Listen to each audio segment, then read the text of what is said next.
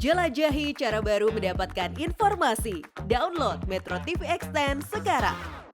Selamat siang pemirsa dan menyaksikan Headline News. Aksi unjuk rasa dan mogok makan pekerja rumah tangga dilakukan Serikat Pekerja Rumah Tangga di depan gedung DPR. Aksi digelar agar DPR segera mengesahkan Undang-Undang Pelindungan Pekerja Rumah Tangga yang tertunda selama 19 tahun.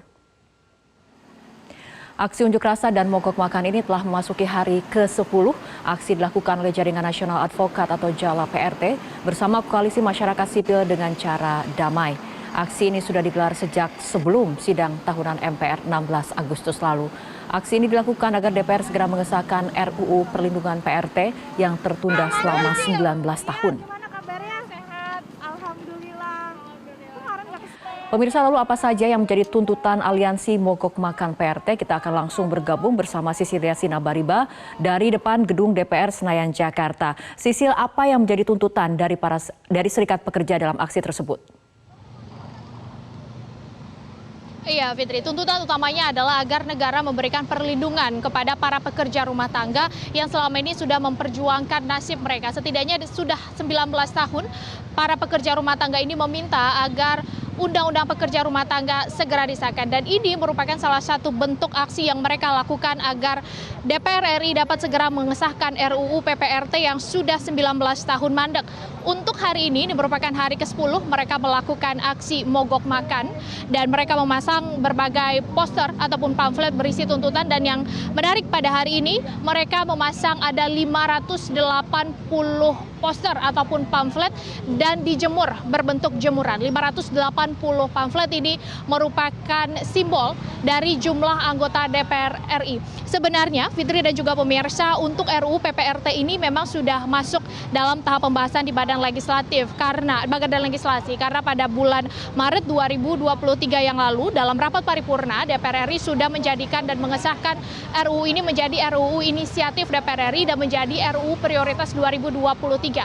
Namun hingga Mei 2023 kemarin masih dalam tahap pembahasan di Badan Legislasi, padahal pihak dari pemerintah sudah mengirimkan DIM, sudah mengirimkan juga surat Presiden atau surat keputusan Presiden mengenai RUU ini. Namun hingga saat ini para pekerja rumah tangga ini masih menanti dan terus mendesak agar anggota DPR dapat segera mengesahkan. Apa yang menjadi poin tuntutan mereka? Saya sudah bersama dengan Ibu Lita Anggraini di sini. Ibu Lita ini merupakan koordinator dari aksi sekaligus koordinator dari JALA PRT.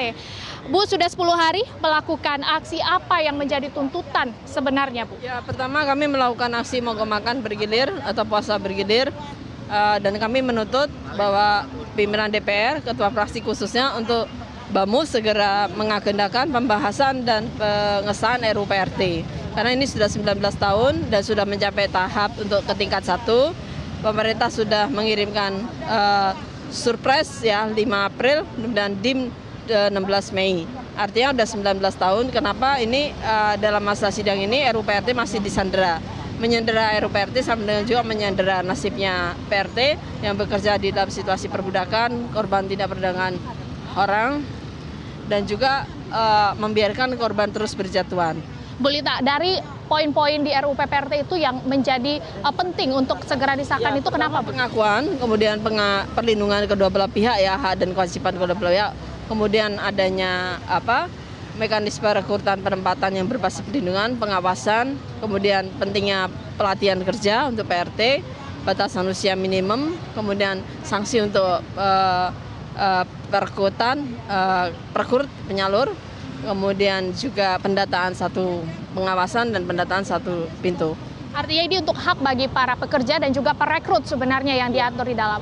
Melihat kondisi PRT sejauh ini, terutama di Indonesia, berjatuhan korban ya ada 600-an lebih per tahun, dan kita juga selain itu menerima pengaduan lebih dari 20 PRT yang menjadi korban dari TPPO. Jadi ini nggak bisa dibiarkan terus-menerus. Melihat aksi hari ini, Bu, cukup menarik, memasang ada 580 pamflet. Apa sebenarnya simbol atau makna di balik ini? 580 ini jumlah anggota DPR yang kita tunggu untuk segera membahas dan mengesahkan Undang-Undang Perlindungan Pekerja Rumah Tangga. Sampai kapan aksi ini akan terus sampai disahkan? Sampai disahkan. Ya. Apa sebenarnya yang menjadi tuntutan terbesar, Bu? Kalau menurut Ibu sendiri, kenapa kemudian RUU ini lambat sekali disahkan? Ya, ini kita nggak tahu apakah ini ada sandera politik atau sebagainya, seperti itu. Oke, baik. Terima kasih banyak Ibu Lita atas penjelasannya dan sehat selalu dan semoga lancar untuk aksi hari ini.